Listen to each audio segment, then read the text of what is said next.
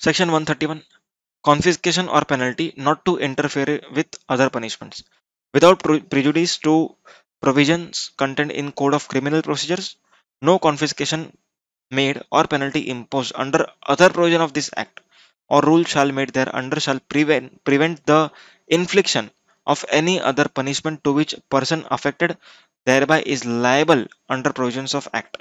मतलब अगर जो कॉन्फिस्केशन की वजह से पेनल्टीज है वो सेक्शन 130 की है, इसके साथ साथ दूसरे कोई सेक्शन में भी पेनल्टी लग सकती है तो वो दूसरे सेक्शन में लगेगी। ओके, यहाँ पर भर दिया तो वहां पर नहीं भरेंगे, ऐसा नहीं। ओके, सेक्शन 132 ये अपन ने ऑलरेडी डिस्कस किया।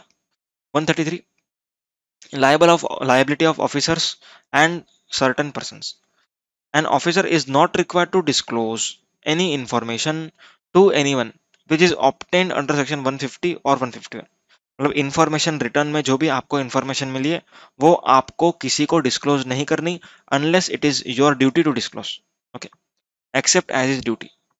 हाउएवर अगर कोई ऑफिसर डिस्क्लोज कर देता है he shall be punishable with imprisonment for a term which may extend to 6 months or with a fine which may extend to 25,000 और with both। मतलब देखो, अगर ऑफिसर का आपके साथ अच्छा दोस्ती है, ठीक है, एंड आपको आपके कंप्यूटर का टर्नओवर पता करना है, तो आप लोग क्या बोलोगे, सर ये जीएसटी नंबर आपके पोर्टल पे डालो और एक बार देखो ना इसका कितना जीएसटी आर वन में दिख रहा है। तो अगर ऑफिसर ने डिस्क्लोज कर दिया तो उसको पेनल्टी भरना पड़ सकता है। A person shall be prosecuted for any such offence under this section in case of government servant with the previous sanction of government only. Okay, government के अप्रूवल के बिना आप लोग इस पर्सन को प्रोसिक्यूट नहीं कर सकते, और अगर गवर्नमेंट सर्वेंट नहीं है तो कमिश्नर के परमिशन के बिना आप इसको पनिशमेंट नहीं कर सकते। Next, cognizance of an offense. No court shall take cognizance of any offense punishable under this act or rules made thereunder except with the previous sanction of commissioner, and no court inferior to that of a magistrate of first class shall try an offense।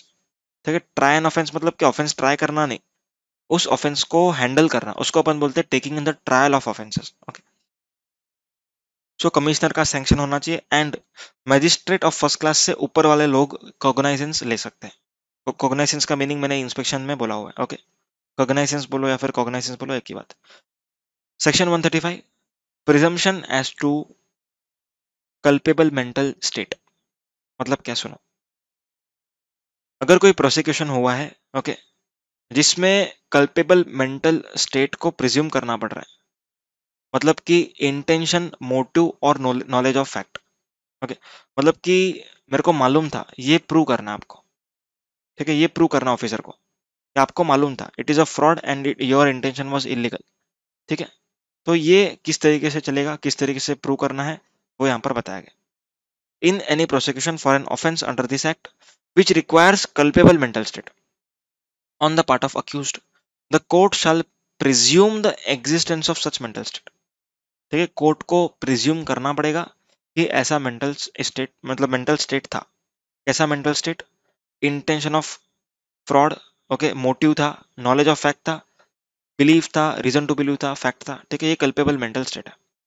It shall however be a defence for accused to prove that he had no such mental state. उसके दिमाग में ऐसा कुछ नहीं था, ऐसा उसको prove करना पड़ेगा। ओके, जो सजा उसको दी जा रही है वो सजा उसके, मतलब वो जो ऑफेंस किया है उसने गलती से, वो करना उसके दिमाग में नहीं था। It was not intention, it was not his motive, it was not in his knowledge. Okay, ये प्रूव करना पड़ेगा। समझ में आ रहा है? आगे, as per explanation 2 to section 135, a fact is said to be proved only when the court believes it to exist beyond reasonable doubt and has not merely when its existence is established by a preponderance of a probability। मतलब probability देखेंगे वो लोग, ठीक है, इसका background देखेंगे and then check करेंगे कि था या नहीं था। Section 136, relevancy of statements under the certain circumstances not relevant। भूल जाओ इसको। ठीक है, रेलेवेंट है या नहीं कोई स्टेटमेंट, ओके, वो किस तरीके से अपन करते हैं वो यहाँ पर लिखा हुआ था, but not relevant. Section 137, offences by companies. अगर कंपनी कोई ऑफेंसेस करती है, ठीक है, तो उस केस में कौन लायबल होगा वो लिखा हुआ है यहाँ पर। जो भी पर्सन ऑफिसर था उस कंपनी का, he will be liable. In case where offenses is committed by company under this act, the person who was in charge of or was the responsible to the company for conduct of such business as well as the company shall be deemed guilty of such offense and shall be liable. Company भी and वो person जो company को चला रहा है दोनों liable होंगे. Okay. अगर वो प्रूव कर देता है कि जो कंपनी चला रहा है उसके मतलब उसके गैर हाजिरी में, ठीक है, अपन कह सकते हैं उसके एब्सेंस में ये सब हुआ है and he is not guilty of such offence. Okay, मतलब कि अगर वो होता तो ऐसा ना होने देता, ऐसा अगर प्रूव कर पाता है तो वो लायबल नहीं होगा. ओके. और अगर ये प्रूव होता है कि दूसरे किसी डायरेक्टर की भी गलती की वजह से हो रहा है तो वो डायरेक्टर या फिर वो मैनेजर या फिर वो सेक्रेटरी कोई भी हो सकता है, उसको भी हम लोग पनिश करेंगे. अगर पार्टनरशिप फर्म या फिर एलएलपी या फिर एचयूएफ या फिर ट्रस्ट ये लोग ऑफेंस कमिट करते हैं तो जो भी पार्टनर कर्ता मैनेजिंग ट्रस्टी ये लोग होंगे वो गिल्टी होंगे. Okay. If the above person proves that offence was committed without his knowledge, अगर उनके नॉलेज में नहीं था एंड ये ऑफेंस हुआ है, देन उन लोग को हम लोग पनिश नहीं करेंगे. समझ में आया? That's it with this particular chapter. Thank you so much. Bye.